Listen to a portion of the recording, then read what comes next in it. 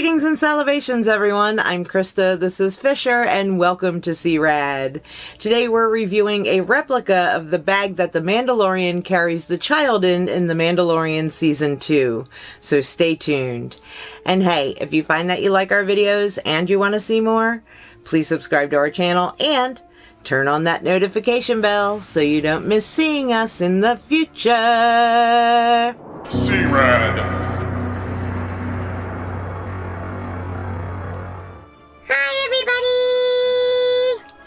Well, hello everyone. Welcome. We hope everyone's doing totally rad today. We've got a review of something I got from an Etsy shop today, and it's a replica of the bag that the Mandalorian uses to carry around the child in Season 2. I've had my eye on this bag for a while now, and right around Christmas time I was finally like, yep, let's do it. Let's review this bag. So we definitely snagged one to review for you guys. And I'm actually going to try out a bunch of different types of Grogu dolls in it so you can see how each and every one of them fits, including little Fisher here. But Fisher, for right now, I'm going to set you to the side for a little bit. You okay with that? I'm okay with that. Alright, little dude. Boop. We will see you in a little bit. So before I get into showing how each of the Grogu dolls fits in the bag, let me show you the actual bag itself. The strap right here is already, you can tell, a great replica of the one that Mandalorian carries the child in. And then guys, here is the bag. How super cool is that? It is almost an exact replica of the bag that he uses in Season 2. I think the one he uses might be a little bit lighter of a brown color, but the fabric on it is like that burlappy type material. And yes, it just looks very, very Star Wars to me, guys. I got this bag from the Backstagecosplayshop on Etsy. And again, like I said, I've been eyeing it up for a while, guys. And even as I'm sitting here looking at the bag, I'm kind of noticing new things. The purpose of this bag is for cosplay. So of course you're supposed to wear it with your Mandalorian armor. But you know what? We all love Grogu. So who doesn't want a bag to carry their little Grogu doll around in, especially one that is so authentic looking to what we see on screen. But because it goes with the Mandalorian armor, I just noticed there's a little spot right here where the strap comes down, and it looks like you can put your belt through it. So when you're wearing this, you're not kind of moving around too much with the bag. But okay, enough about the bag itself. I know you guys want to know what all of the dolls look like in it. So we're going to start with the original, the child Mattel plush. This is the one that came out around the same time as the Build-A-Bear one, and this is the most popular one. So we're going to see how he looks in the bag. I've got it kind of where I can back up here, so hopefully you guys can see it a little bit better. But yeah, let's put little Grogu in the bag and see how he looks. Okay, so I'm not as tall as the Mandalorian, so it comes down probably a little bit lower on me than it would if you were, you know, full-size Mandalorian in your Mandalorian costume. But let me kind of hike you up here, dude. This is what he looks like in the bag. He fits perfectly. This bag is pretty much, I'm going to say, made for this little dude here. In the pictures on the shop on Etsy, it looks like they have the Sideshow in there. And I am going to try to put my Sideshow one in here just to see how he fits and how he compares. But yep, the Mattel the plush looks practically perfect inside this bag. Now, this little dude comes in at about 11 inches tall. So he doesn't have the feet on him like Fisher does. Fisher's size, he's about, I think, 16 inches with his length from his body. So yeah, he's got a good 5 inches on this little dude here. But his little beanie bottom butt fits perfectly and sits really great in the bag. And even when I put it down, you can see I would have no trouble with walking around with this guy in here and worrying about him falling out. Now the other plush that is similar to the Mattel the Child is the premium plush Mattel the Child. So we are going to take out little dude here. You can see they are about the same height. This dude has the feeties He doesn't have the little beanbag butt, but he is still about 11 inches tall. So I have a feeling he's going to fit inside the bag really well too, guys. So let's see how he looks. Here is the little premium plush inside the bag. Again, like I thought, he also looks totally rad and totally awesome in there. His little hand sticking out. He's like, hello. This is much better than the little carry bag that you guys come with. And again, backing it up for you guys. Yes, I would also feel comfortable walking around with this guy in it without him falling out. But let's get to some of the bigger guys so we can see how they fit as well. Of course, when I told the family that I had this bag and I was going to try it out with the bunch, Axel wanted in on the game. This is Axel. He is my Build-A-Bear plush. Say hello, Axel. Axel was my very first Grogu doll, and I have a feeling since his legs fold up, he should fit in there really good as well. So let's put you in there, Axel, and let's see how you look in the bag. Would I feel comfortable carrying you around? Well, there he is in the bag, guys. You look super cute. You fit pretty good, little dude. And yeah, hanging him down, yeah, I would feel comfortable walking around with him in here as well. I don't worry about him falling out. You know, that's what that little strap there is for. If you have a belt, you can hook that to that, and then the bag won't flip around as much on you. But I usually don't wear a belt. But yeah, totally would feel good with having Axel in there. He fits in there really, really well. And of course, guys, I've got my Sideshow. So of course, you're not going to put the base in there on him. So you're going to gently remove him from this heavy, heavy base. And once you do that, he's not as heavy, which is a good thing. And I have all kinds of accessories on mine, so let me get my little carry bag off of you there. But the Sideshow is the one where the arms do not move, the legs do not move. His head does move a little bit, but he is pretty much just a statue. But he's a pretty popular dude. I had some qualms about getting him at first, but yeah, I'm really glad I did. But yeah, let's put him inside the bag. Let me see how well he fits. He is a full-size Grogu, so he is the 16 inches tall. You little fuzzy hair. Alright, dude, let's see how you fit in the bag, buddy. So I'm not gonna lie, guys, I was a little bit worried about how he was gonna fit inside the bag. But yeah, he's a little big. If it was a little bit deeper, that would help things greatly. But no, he's in there. How would I feel with walking around with him kind of hanging out there like he does?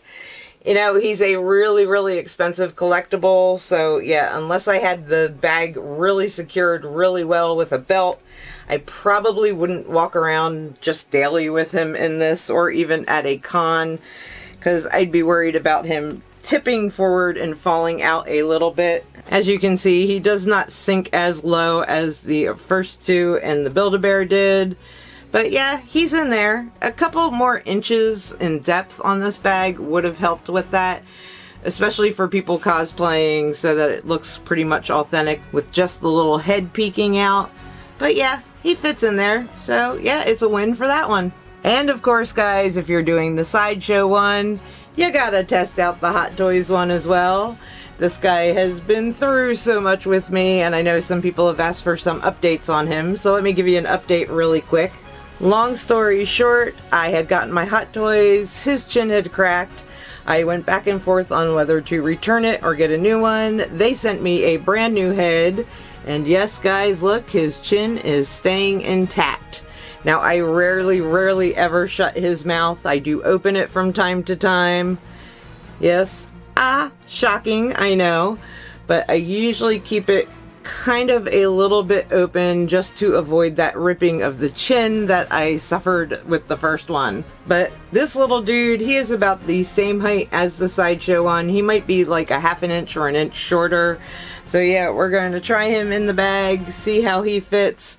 And yeah, he's a little bit heavier than all of the other Grogus, so yeah, I'm a little concerned about how this one's gonna fit, but let's try it out. Alright guys, you ready?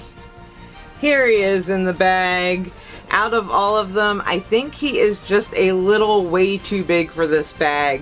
He's such a delicate guy, and you know, he's got the removable ears, so I'd worry about kind of bumping and his ears going flying off.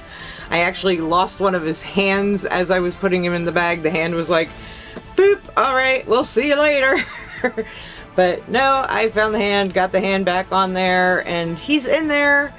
Would I trust carrying him around in the bag without holding him like this? Not at all, guys. I just think he's just way too heavy. And yeah, even if the strap was up a little bit on him, he's a $500 doll, guys. I do not trust putting him in there. But super cute, and I love him, and I'm glad I was able to give you guys an update on this dude. Yeah, he's so fun. I have plans to do a little bit more things with him now that I'm a little bit more comfortable with him. So definitely stay tuned for that. But as far as this bag goes, I would not put the Hot Toys in there because, yeah, you might end up with a $500 disaster. Now, of course, there are many, many other versions of Grogu dolls that I did not try in this bag. I just wanted to kind of do the main ones so you guys could get an idea of what they look like in there. And of course, that brings us to my favorite little man, Fisher. Oh, Fisher! Yes, Mandalorian, did you call me? Yep, little dude, I did. Are you ready to take a ride in the bag? Oh, yeah, I want to. I'm totally excited. Let's do it. Alright, little dude. Ready?